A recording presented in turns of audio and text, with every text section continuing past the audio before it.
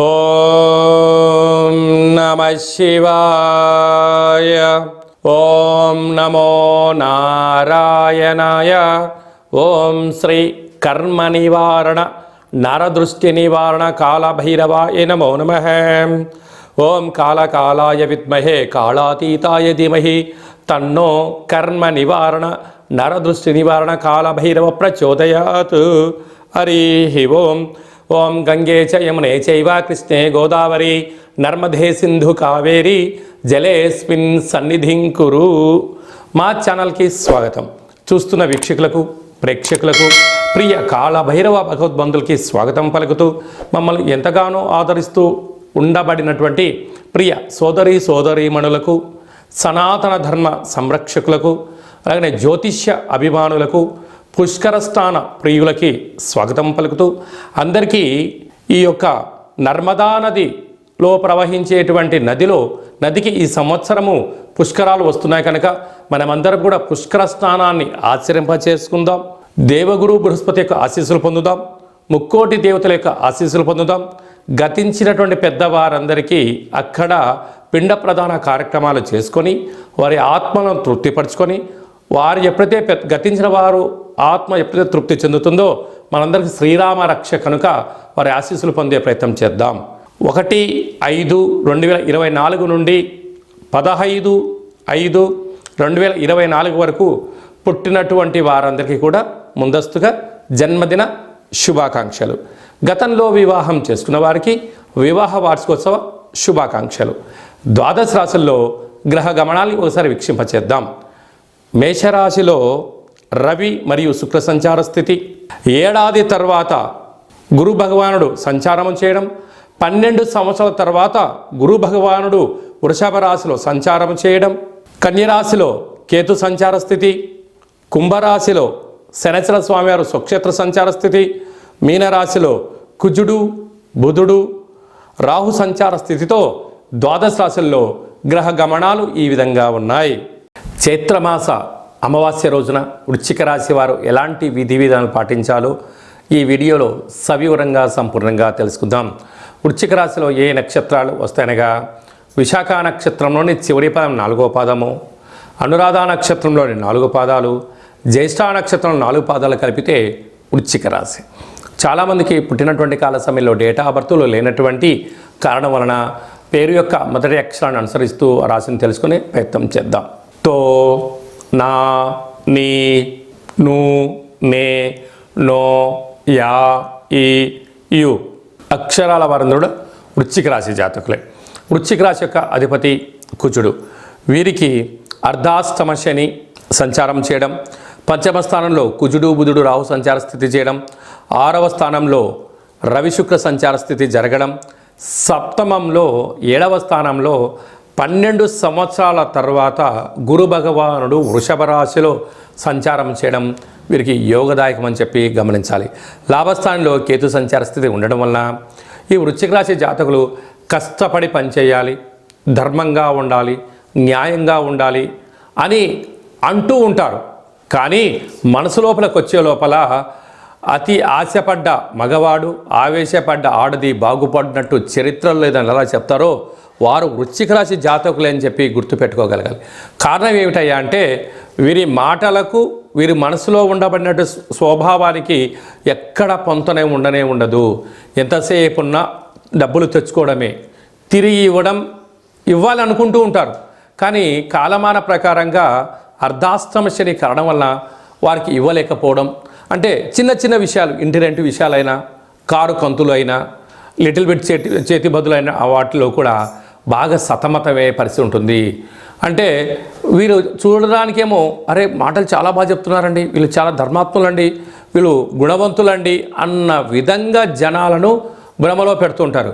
కానీ వాటిని ఆచరింప చేయడానికి సమయాన్ని మీరు కరెక్ట్గా వాడుకోగలిగితే మిమ్మల్ని మించిన అదృష్టవంతులు ఎవరు లేరు. అంటే బద్ధకానికి ఒక్కొక్కసారి కేంద్ర బిందువులు ఈ వృశ్చిక రాశి జాతకులే. చూద్దాం, చేద్దాం, జరగదా, నేను సాధించలేనా, నేనేమన్నా చేయలేనా అని చెప్పి కాలం మీద భారం వేసి నెట్టుకుపోయేవారు ఎవరయ్యా అంటే వృశ్చిక రాశి జాతకులే ఉండగలగాలి.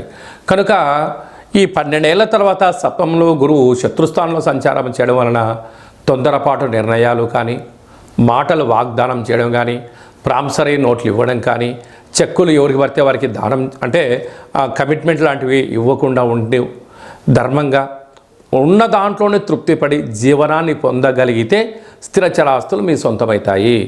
అలాగా స్వయం వృత్తులు, సేవారంగాలు, గృహ భవన నిర్మాణ కార్యక్రమం చేసేటువంటి వారు, అలాగనే నీటి వ్యాపారస్తులు, హోటల్ వ్యాపారస్తులు ఎంతో జాగ్రత్త ఉండాలి సుమా. మే నెలలో ముఖ్యమైనటువంటి పండుగల గురించి క్లుప్తంగా తెలుసుకుందాం. 1వ తారీఖు నుండి 12వ తారీఖు వరకు నర్మదా నది పుష్కరాలు. ఈ నర్మదా నది ఎక్కడ పుడుతుంది అంటే మధ్యప్రదేశ్లోని అమర్కంఠ్ అనే ప్రాంతంలో జన్మించి ఓంకార క్షేత్రం మీదుగా ప్రవహిస్తూ అంతర్ధానమైపోయే పరిస్థితి ఉంటుంది. అనేక నదులలో కలిసే పరిస్థితి ఉంటుంది. కనుక వీలైతే మనం అమర్కంఠ్ వెళ్ళడం, లేదు ఓంకార క్షేత్రం వెళ్ళి అక్కడ స్నానం చేసి గతించిన పెద్దవారికి పిండ ప్రదానాలు చేయడం వలన మనకంతా మంచి కలుగుతుంది.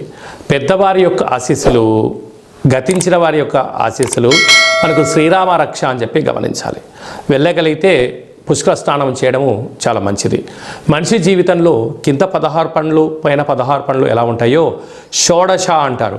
అంటే 16 పుష్కర స్నానాలు చేయగలిగితే ఆ వ్యక్తికి పరిపూర్ణ జీవితము అనేటువంటి ఉంటుంది. 32 పుష్కర స్నానాలు చేయగలిగితే ఆ వ్యక్తికి ధర్మాత్ముడు, గుణవంతుడు, ఆయుష్యవంతుడు, ఆరోగ్యవంతుడు అవుతాడని చెప్పి మనకు వేదం చెప్తుంది. అదే కాకుండా దశదానాలు చేయడం యోగదాయకం. కనుక మనమందరం వెళ్ళి పుష్కర స్నానం చేసి దేవగురు బృహస్పతి యొక్క ఆశీస్సులు పొందుతాం. ఈ యొక్క నదికి మళ్ళీ తిరిగి 12 సంవత్సరాల తర్వాతనే మళ్ళీ పుష్కరాలు వస్తాయి. కనుక ప్రస్తుత కాలమానంలో మనం ఉన్నాం కనుక మనమందరం వెళ్దాం, నర్మదా నది పుష్కరాలలో స్నానం చేద్దాం, భగవంతుడి యొక్క ఆశీస్సులు పొందుదాం. అలాగనే వెళ్ళలేనటువంటి వాళ్ళు ఎవరైనా ఉన్నట్లయితే మీ యొక్క గోత్రనామాలు, మీ పేర్లు వాట్సాప్ ద్వారా పంపించగలిగినట్లయితే, గతించిన వారి యొక్క తిథిని అది పంపించగలిగినట్లయితే నర్మదా నదిలో పిండ ప్రదానాలు, పుష్కర స్నానాలు, అలాగనే కాళభైరవ హోమ కార్యక్రమాలు అక్కడ చేయడం జరుగుతున్నాయి. కనుక మీకు ఆ నర్మదా నది నుంచే వాట్సాప్ ద్వారా ప్రత్యక్ష ప్రసారాన్ని చేయించి చూపించి ప్రసాదంగా మీకు ఆ నర్మదా పుష్కర జలాన్ని మీకు అందజేయడం జరుగుతుంది. ఆసక్తి గలవారు ఈ కిందనే మనం సంప్రదించి పుష్కర స్నానానికి సంబంధించినటువంటి వివరాలు తెలుసుకొని మనము పుష్కర స్నానాన్ని ఆచరింపచేద్దాం, ధర్మాన్ని కాపాడుకుందాం, భగవంతుడి యొక్క ఆశీస్సులు పొందుదాం. ఇంకనూ మనం విజయం సాధించగలగాలి అన్నట్లయితే ఈ యొక్క పాత్ర కంచు పాత్ర అంటారు. ఈ యొక్క పాత్రలో 12 రాసులు అచ్చు వేయడం జరుగుతుంది.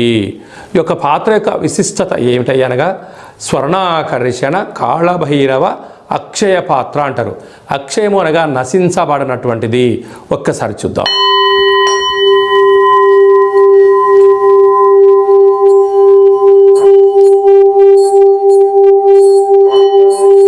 ఈ యొక్క శబ్ద తరంగాల ద్వారా గృహంలో జ్యేష్ఠాదేవి బయటికి వెళ్ళి గ్రామంలో సంచరించేటువంటి మహాలక్ష్మీదేవి అమ్మవారు మన ఇంటికి రావడం జరుగుతుంది. మానవుని శరీరంలో చక్రాలు వికసించి మనం ఏదైతే అనుకుంటామో దాన్ని విజయం సాధించడం కూడా జరుగుతుంది.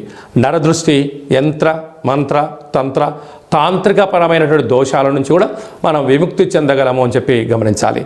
ఈ యొక్క అక్షయ పాత్రతో పాటు కాళభైరవ యొక్క పిరమిడు, డాలరు, కంకణము, ఒక కాళభైరవ హోమ కార్యక్రమాన్ని మీకోసమే ప్రత్యక్షంగా చేయించి మీకు ప్రసాదం అందజేయడం జరుగుతుంది. ఆసక్తి గలవారు ఈ కింది నెంబర్ని సంప్రదించగలరు. అలాగనే మీ వ్యక్తిగత జాతకం తెలుసుకోవాలనుకుంటున్నారా? మీరు పుట్టినటువంటి తేదీ, నెల, సంవత్సరం, సమయం మీరు వ్రాసి పంపించినట్లయితే సంపూర్ణంగా 100 సంవత్సరాల జాతకాన్ని వ్రాసి సవివరంగా సంపూర్ణంగా మీకు పంపిస్తూ మీరు పుట్టినప్పుడు గ్రహ గమనాలు ఎలా ఉన్నాయి, ప్రస్తుత కాలంలో ఎలా ఉన్నాయి, రాబోయే కాలం ఎలా ఉండబోతున్నాయో తెలియజేయడం జరుగుతుంది. అలాగనే చాలామందికి డేట్ ఆఫ్ బర్త్లు లేనటువంటి వారికి మీ పేరు యొక్క మొదటి అక్షరాన్ని అనుసరిస్తూ రాశిని తెలియచేస్తూ ప్రస్తుత కాలమాన ప్రకారంగా గ్రహ గమనాలను తెలియచేస్తూ భూత భవిష్యత్ వర్తమానాన్ని రమణ శాస్త్రం ద్వారా అనగా గవ్వల ద్వారా మీకు జ్యోతిష్యం చెప్పబడడం జరుగుతుంది.